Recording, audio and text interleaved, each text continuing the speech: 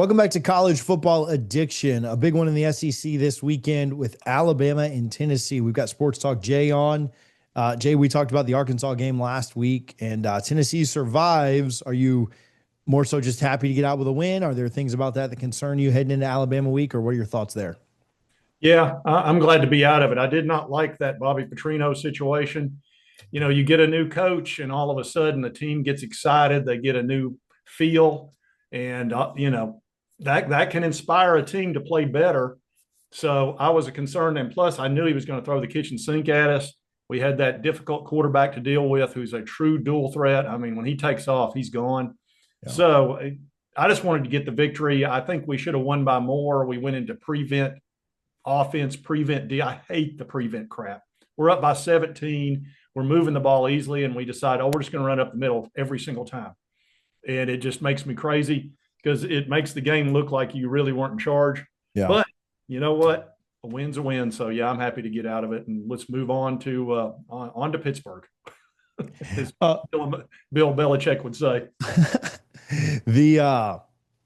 You're spot on there, though, about like a new coach, new team kind of vibe. I mean, if nothing else, UCLA has been such proof of that, how you can really turn things around by just a different voice and leadership there.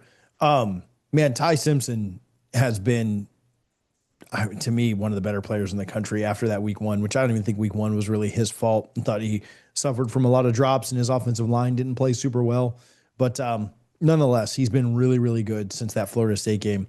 He's the best quarterback in the SEC. Is it fair to say that? And how much does he worry you this weekend? He's looking good. I'm not convinced that he's the best because I think Joey's up there with him, but they've played a tougher road to hoe, so to speak, than Tennessee has. Their schedule's been tougher than ours. So he might very well be. He reminds me of the understanding that it takes 3 years to really be able to play ball at this level, because this is his fourth year, and he was a 5-star out of Tennessee, and he was not ready. I've watched him play some before this, and he wasn't ready. He's there, and you see all these 5-stars out there that they try to put him in the first, second year, and they look like crap. Yeah. They just do. It takes time to read these defenses, figure out the disguises, and the speed of the play is so different than high school that I think he's a prime example of don't put all your money into a 5-star and assume he's going to come in there and kill it, because he's not. Thoughts on, or what's the update on Tennessee's secondary and the injuries there? Obviously a tough matchup with Ty and Bama's wide receivers, which are pretty good. What's going on there in the back end? Well, Jamad McCoy, we don't know if he's going to play or not. We were hoping he'd play in the Arkansas game, knock some rust off. It's hard to say. You're coming off an ACL. He's not been practicing, so I don't really have a date on when he's going to be able to come back. We're missing him something awful. And then we also lost our other cornerback on the first game against Syracuse. So we had 2 shutdown corners, which allowed our defense to really focus on the run and put those guys out on an island. We really don't have that anymore. We've got okay guys out there, but they're not what we had. So that's changed our defense. That's why we're getting pushed around pretty good, because we've had to help the secondary quite a bit.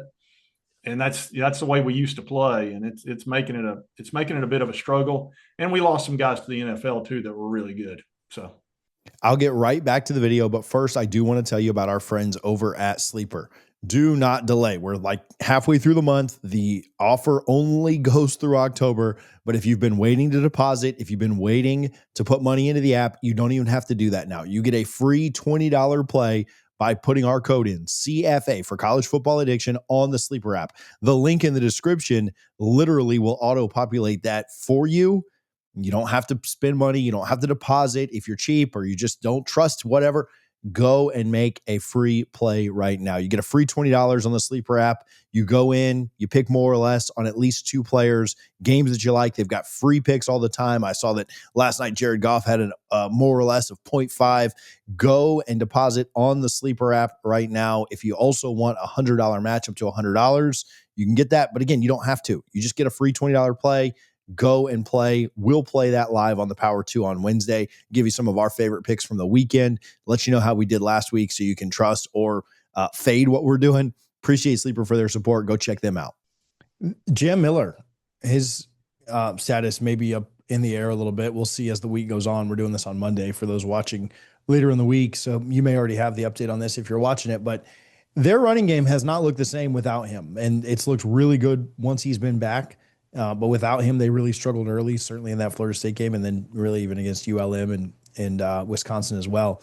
If he wasn't able to go, that would certainly be big for Tennessee. Not that you're hoping for an injury or anything like that, but whatever it takes to win at the end of the day is probably what matters the most.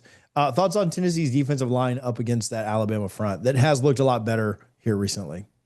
They're probably going to be able to run on us. Every team has so far. Mississippi State ran on us, especially on the road.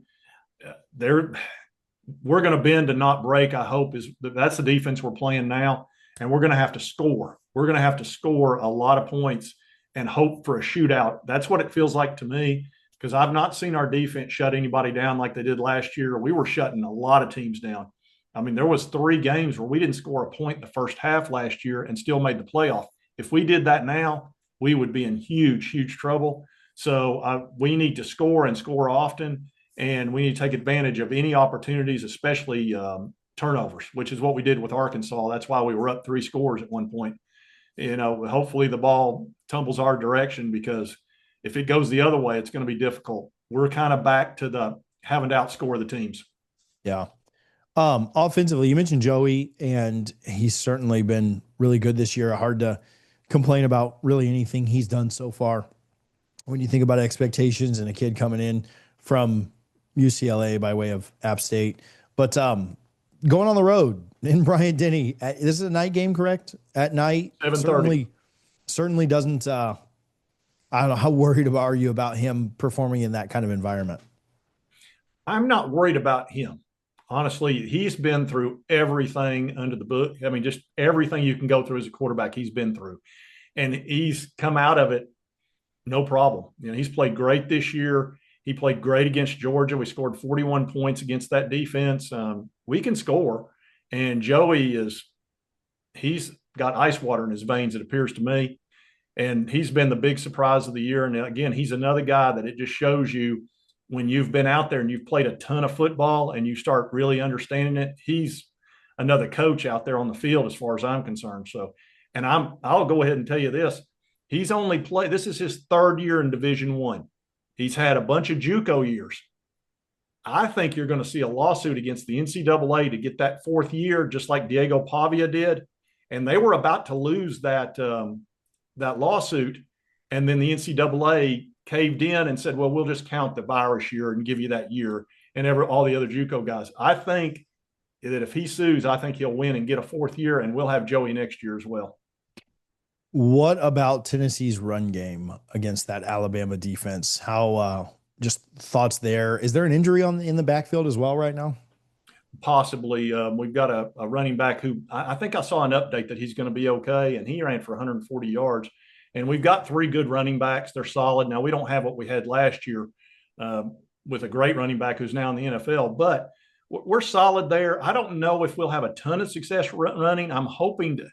Unfortunately, I think Joey's going to have to run some, because they're not respecting him enough. That's why the few times he ran against Arkansas, he had his way. I mean, there were so many times that they just completely collapsed. That end came in and collapsed on the running back. And had Joey held the ball and run, he'd have had 15, 20 yards of green in front of him. When he did finally do that, he ran for 50 yards on 5 carries. So he was averaging almost 10 yards a carry, because they're not respecting him. He's a good runner, but I think what it is a Hypolis told him, look, we need that arm. We don't need you getting hurt. You're doing great. You just hand the ball off.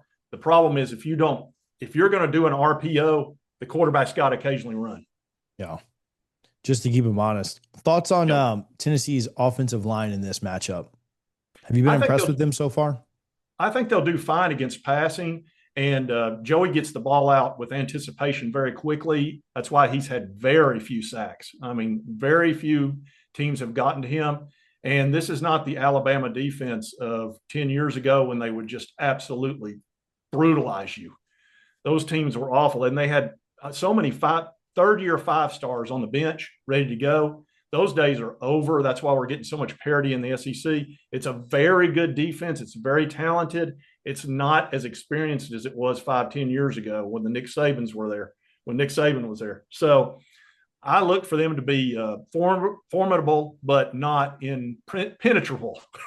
Right. Tough Yeah. words there for me.